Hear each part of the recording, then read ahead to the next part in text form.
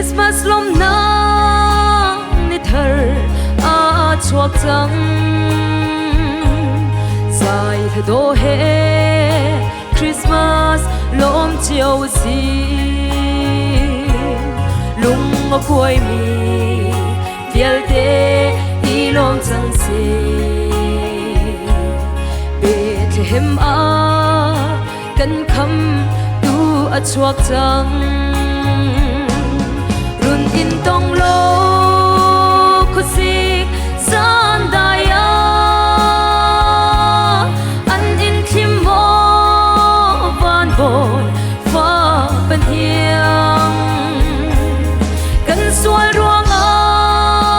na tuar a fak tu ke na kan dot na vel hi angan tu ke sak tu achua anar fi ton na du chu an shoi na khasul to hi valai do nakle sun par nakli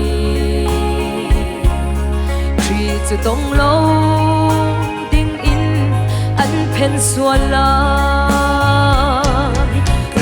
tong lo khu si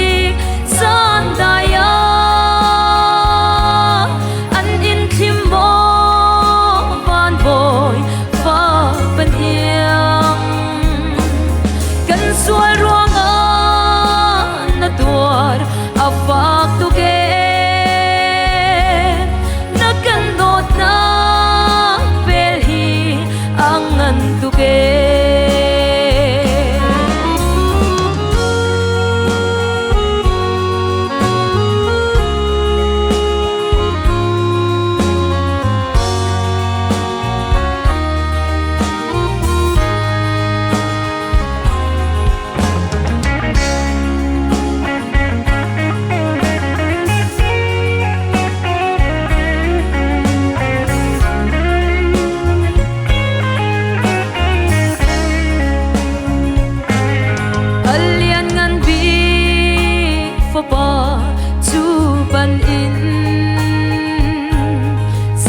tu khale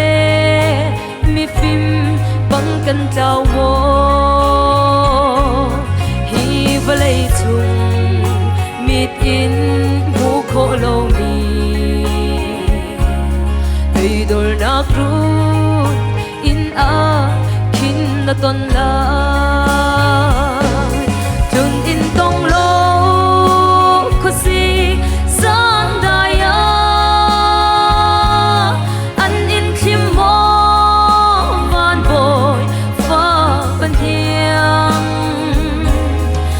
sual ruang a na tuar a fak tu ke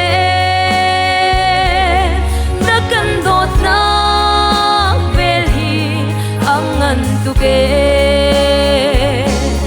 kan sual ruang a na tuar